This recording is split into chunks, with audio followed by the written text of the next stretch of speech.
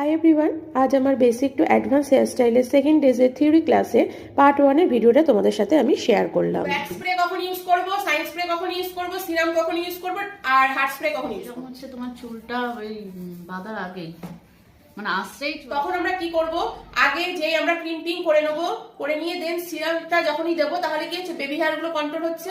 তারপরে আমরা কি করছি, সাইন স্প্রেটা দিচ্ছি, তাহলে আমাদের পুরো বেবি হেয়ারটাই কন্ট্রোল হয়ে গেল। আমার কাছে ব্যাক স্প্রে না থাকে তখন আমরা বলে দিয়েছি কিভাবে তৈরি করবো আমরা, সেটা তো আমরা বলে দিয়েছি, তাহলে সেটা আমরা তৈরি করে দেন করে নেবো। হার্ড স্প্রে দিয়ে দিয়ে পুলিং গুলোকে সেট করবো, তারপরে আমরা ইউপিন লাগিয়ে লাগিয়ে পুরো পুলিং গুলোকে করে নেবো। তা ক্লিয়ার হলো এটা?